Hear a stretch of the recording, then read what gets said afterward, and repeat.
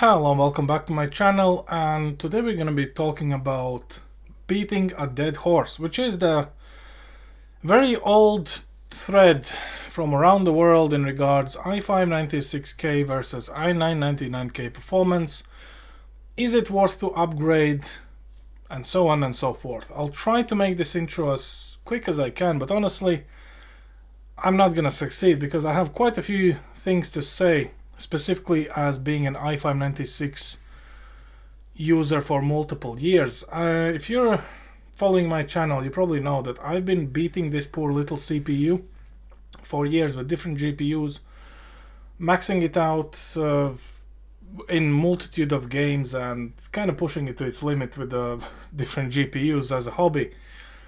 And all this time I've had this CPU, which is, I would want to say, good 3 years now.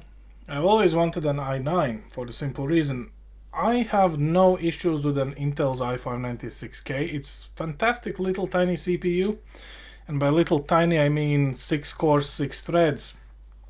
Peak power draw 95 TDP, is not getting hot. You can overclock if you have the system for it or the knowledge, and in general it's just, it's bang for your buck. It's very cheap, it's very affordable, it fits in I mean, any socket with a 1151 at the end of it, and there you go. But ever since I got it, I kind of felt that if you're doing a lot of things at the same time, like streaming, recording, or recording and benchmarking at the same time, you are hitting the ceiling of it a little bit. It is a 6 years old CPU at this point, and I always wanted an i9. A couple of my friends are actually living with an i9, and when I was asking them how does it work, how you feel with it, how the games run, they were like, oh yeah, it's great. And then I went to kind of get some benchmarks from the internet, YouTube, Quora, Tom's Hardware, everything else. And I noticed a very interesting pattern. Most of the threads, actually continuing up to 2022, said that it's absolutely useless and waste of money to buy an i9 to upgrade your i5-96K. Now, granted, if you don't have the money to build a new socket or essentially transfer yourself to AMD, I can understand the price point. The Intel's pricing has always been pretty crazy, to say the least. Like, even now in 2024, the i9 sells for about £500. When it came out, I do believe it was about $850 CPU, give or take. So in comparison to an i5-96K, which at the time was, I think the MSRP was about $230 to $260, it is very hard to justify getting a very expensive CPU in comparison to the overclocked i5 performance, which is apparently pushing the boundaries. But the one thing I did notice is that people don't really understand the difference between cores and threads and hyperthreading when it comes to multitasking and your general life quality, specifically if you're doing a lot of things at the same time. And I can understand that it's very hard to convince them why in certain aspects you need more cores and why you need the hyperthreading, and why, if it's only purely for gaming, you could get away with only 6 cores. I'm not going to get into all of that jazz. I know that for myself, I wanted more cores, more threads, but I didn't want to change my platform, which is the 9th gen, LGA 1151. So I bit the bullet and I got myself a 99K. And oh boy, my life didn't exactly change drastically, but it clearly showed that a lot of benchmarks out there are a little bit weird. And by a little bit weird, I must say they're straight out incorrect. Let me explain. So, without mentioning obviously the channels and the forums and the threads and the people, I just handpicked some things that, as a user of an i5-96K and the games that I've played a very long time, I can relate to. And this kind of goes into my previous video that I made years ago in regards why website benchmarking is so confusing. That you read one thing and real life actually never is the same. It usually is either better or much worse. So, Assassin's Creed Odyssey, apparently, in Full HD on low settings, the i596K is only able to push out 92 frames, while the i999K can only push out 105. Straight off the bat, I can tell you both of these numbers are incorrect. Specifically because I've played Assassin's Creed Odyssey for over 140 hours with an i596K. I started with an i726 and 980. Then I got a 1080 Ti. Then I got 3070 Ti. Then I got 4070 Ti. And 92 frames is around 1080 Ti level in Full HD at low. So yeah, I'm not sure what are they talking about here, but we're gonna take this for a test. Second of all, Zero Dawn, or Horizon Zero Dawn should I say, apparently the i596K will only get 143 frames on low, and 99K will only get 140, which is even below the 96K. Now, granted, I've never played Horizon Zero Dawn with the 96K on Full HD low because I was playing it in 4K. And honestly, 143 frames, I would want to say we would average around in 4K in about 80, 90. If you enable DLSS, you can get about 120. So we're gonna take it for a spin as well. And specifically, I'm yet to meet anyone who's gonna play Horizon Zero Dawn at 1080p low to get 143 frames. I want to see that happen, because you will see how the game looks on low. I already did the benchmark. I wish I hadn't, because now I've seen things I cannot unsee. The pixel fest is insane. Anyway, Rise of the Tomb Raider, and this is very interesting. Apparently on very high preset with DirectX 12 enabled, because game natively ships with DirectX 11, you only get 144 frames post benchmark average score, which is after all the benchmarks, there's 3 separate segments, has finished, you're only getting 144 frames, and the i999K is only getting 147 frames average after all the post benchmark scenes. So I think let's jump into all of these one by one and have a look how it all actually works out for us. So let's start with Assassin's Creed Odyssey in Full HD and low. Okay, so here we are in Assassin's Creed Odyssey. So apparently i596K will only get 92 frames and i999K will only get 111 frames on Full HD low settings. So we're going with a Full HD, resolution 100%, no vertical sync, no FPS limit. Graphics are set on low just to offload everything to the CPU so the GPU is not bottlenecking us, and that's as far as it goes. So let's see. This game does have built-in benchmarks, so we should be able to see the average frames and the utilization of the cores and everything else in between. And I want to see these 111 frames in Full HD with a 99K specifically, because even though Ubisoft prefers single core performance, that is rarely the case. So here we are, and we're starting with 170. I do believe this number is gonna drop out, but let's just wait until it finishes and I'll get back to you there.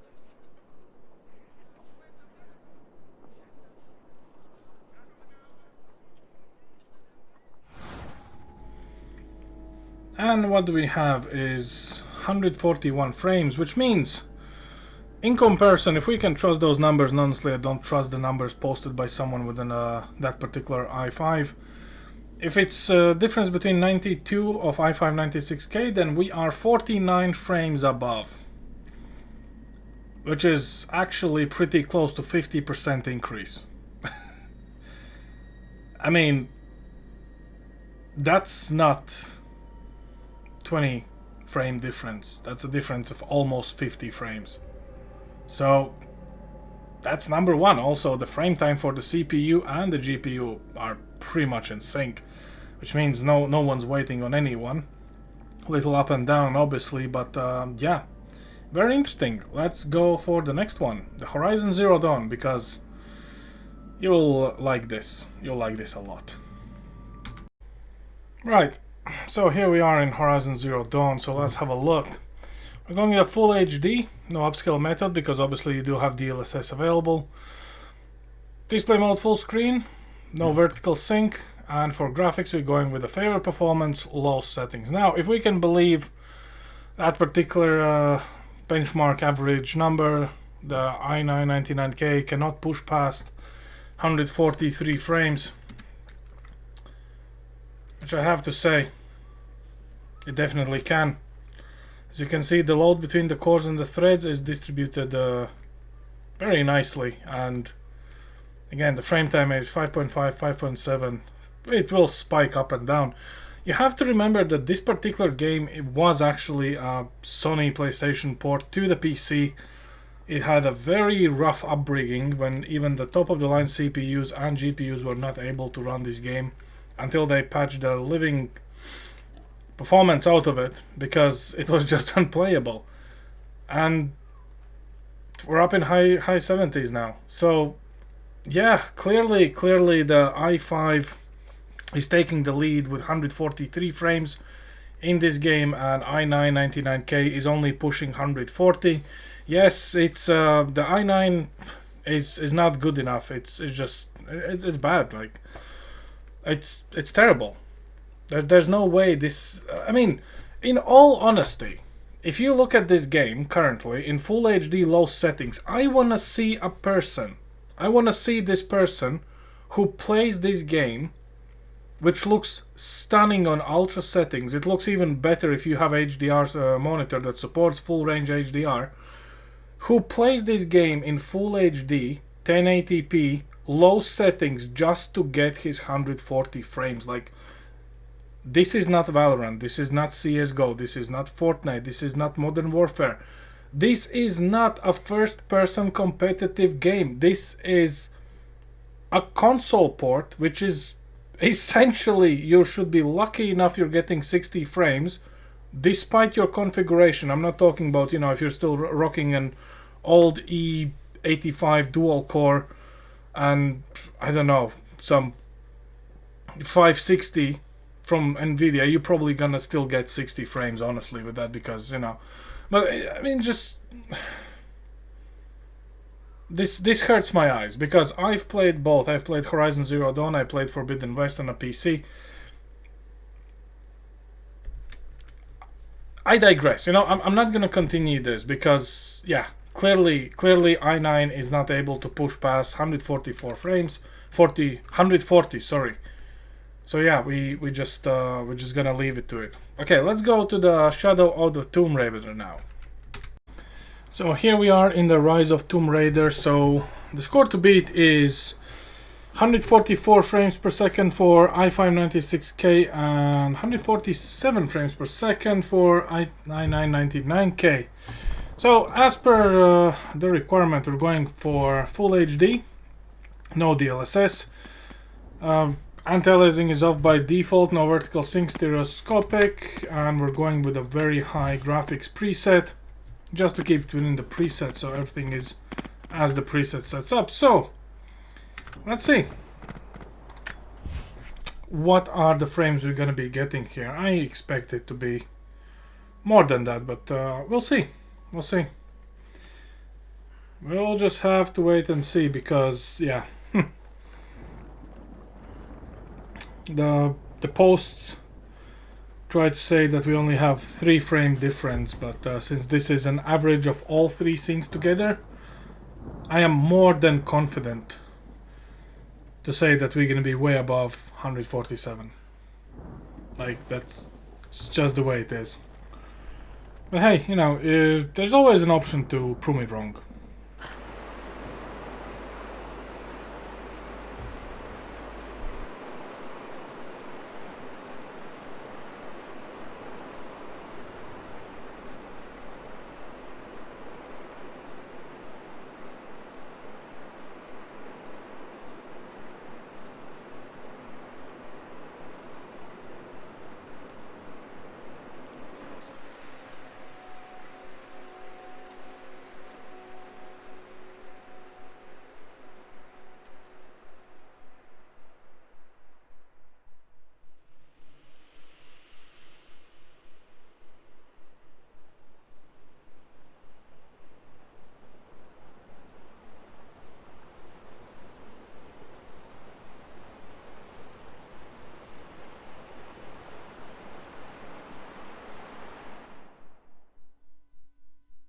And what do we have? The overall score is 187, which is essentially 40 frames more than the benchmarked result for i9-99K of 147. So there you have it. I think it's time to go for our conclusion here. See where we arrive. So when it comes to it, I think I need to address at least 3 big things outside of the frames. So let's talk about the frames first. So Assassin's Creed Odyssey, we're getting 141 frames instead of someone's. And it's not the only benchmark. I'm not only cherry picking the worst one. This is pretty much across the board, give or take. 105 to 109 to 112. So we got 141 frames. For Zero Dawn and Full HD Low, we easily broke the 140 frame barrier with 160 plus. I saw we even went up to 200 the moment we got into the mountain range, which makes sense. There's nothing to render there. So, and for Rise of Tomb Raider, instead of having 147, we actually end up with 187, which is obviously a 40 frame uplift. So what I would want to say is, number one, is this CPU old and not important anymore? Absolutely. The only reason I got this i9 is because it had a very attractive price, and the reason I even managed to get one is because there's not too many being sold. The reason being, this CPU is now currently paired with my 4070 Ti, and as you can see, I'm open to the options that probably the GPU is picking up most of the slack when it's running these games, even in Full HD. It's not hitting the ceiling of bottlenecks for GPU processing power, specifically not in Full HD, and 4070 Ti by default is marked as a 2K card or 4040p card. Just because I've been torturing it in 4K with a 96K, that's a different story altogether. Number two, when you are shopping for the CPU or your next PC build, I would want to say you can definitely follow the top tier channels, the big guys, the authorities in a gaming world. But I would also want to tell you, if you have friends, which I believe you have, look at their builds, look at their system performance, look at your budget, see if you can get close to their build. Specifically, if you're on AMD, that's going to be the most cost efficient and best for buck performance. And even though I'm running Intel for years, I had my own run-ins with AMD back in the day, I can see the shortcomings of Intel's performance even in comparison to older CPUs like the Ryzen 5 3600 or even going upwards. I can clearly see the difference because I have people in my friend circle that uses both Intel and AMD, and I can clearly see. I ask them about the frames when we play games, like, hey, how much frames are you getting? Hey, what's your RAM usage like? And I can have a very good understanding of where I should be and if I'm anywhere near, like who gets the most game crashes, who gets the driver optimization issues. That's the difference. Instead of just going straight to the biggest YouTuber on YouTube and looking at the numbers that he throws on board and says, oh, this is what you're gonna have, the chances are you're probably not gonna get those numbers. At least not stock. You probably will have to overclock, and probably you will overclock. I'm not saying it's bad, but it just strikes me a little bit odd that you need to buy, in most of those references in the videos, they want you to buy one of the best CPUs on the market and instantly overclock it for the best performance. Which is kinda odd, because they are leaving out the fact that majority of the games, and really depends on the publisher, the games are not optimized at all. Like, this is the elephant in a room no one is touching, and I will touch this topic eventually because I think people deserve to know. I think that's something you need to understand, specifically when it comes, my feeling about Ubisoft, how they do prefer single core performance, how this has gone on for a while. I think there's only 2 or 3 titles from them lately that actually is not relying on a single core performance, and they are using multi-core support. I'm not going to talk about Modern Warfare now, because we can look at the game progression and the game logic starting from Modern Warfare 2019 all the way up to Black Ops 6 now. And number 3, do your own research. Like, this is probably the most important thing. Do your own research. I spent a lot of time shifting through these videos. I went through my whole YouTube recommendation is so messed up because YouTube still thinks, same as Amazon, it thinks that I'm still interested in that content, which I was looking for months. I was looking at the performance, the frame time, the price, known issues, the thermals, everything in between. And one of the reasons that really stood out for me for an i9 is because it's soldered directly onto the die. There's no thermal paste in between the die and the heatsink, and I don't have to delid it to improve it. I don't have to use any copper casings. I don't need to sand it down, and I don't need to make sure that my cooler essentially is lined up correctly, and everything is transferring the heat. And after seeing all the controversy with the 13th and 14th gen from Intel, I just understood that either I need to switch over to the 10th or even 12th gen, which is the last gen I would touch from Intel, honestly, because it has the least amount of issues in my opinion, or I just need to go to AMD, which obviously comes with its own caveats and its own problems to an extent. But again, you kind of need to understand where you sit and how far you're going for it, because if you're only playing games, obviously an i5 96K paired with a decent GPU, if you're playing on 2K up to 4K with DLSS, you're going to be absolutely fine. Full HD, it goes without saying, it's going to handle it fine.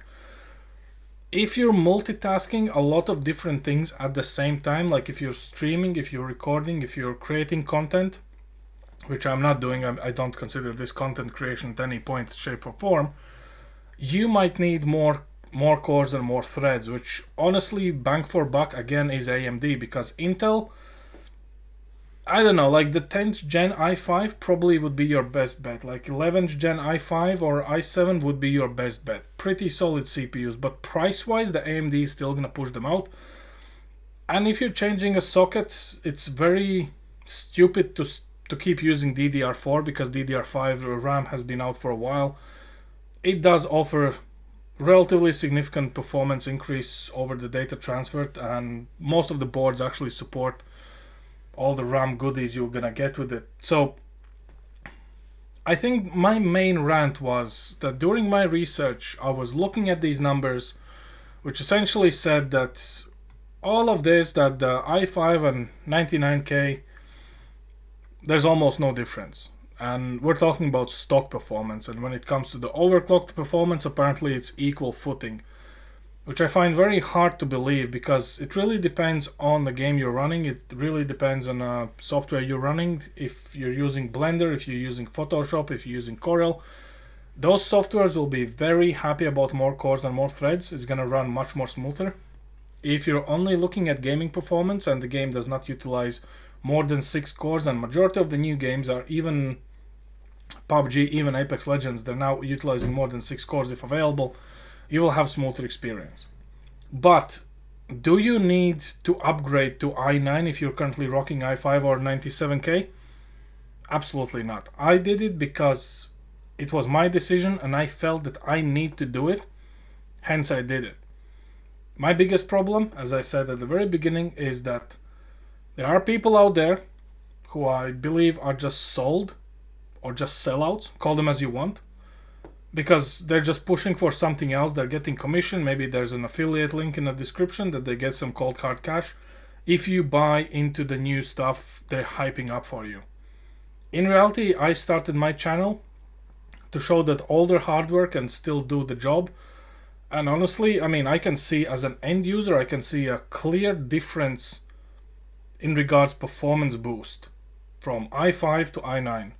And specifically if we level the playing field with a full HD rather than 2K or 4K, because in 4K I would say that probably this gap between an i5 and i9 would be way smaller on stock and more GPU bound than CPU. But in full HD, I mean, these numbers were put on by the benchmarkers themselves. So it's very easy for me to get these games because I have them all.